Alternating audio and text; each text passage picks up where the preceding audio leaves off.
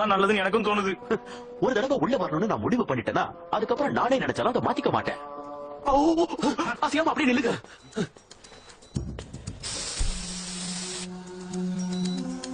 ஏன்பா எல்லாத்தையுமா சந்தேக கண்ணோட பாப்ப?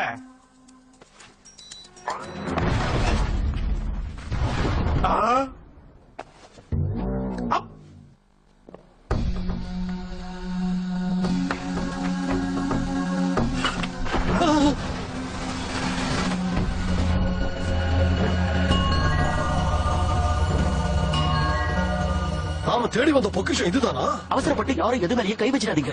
எந்த நிமிஷம் எது நடக்குது யாரையும் சொல்ல முடியாது. ஓடுங்க, சீக்கிரம் ஓடுங்க.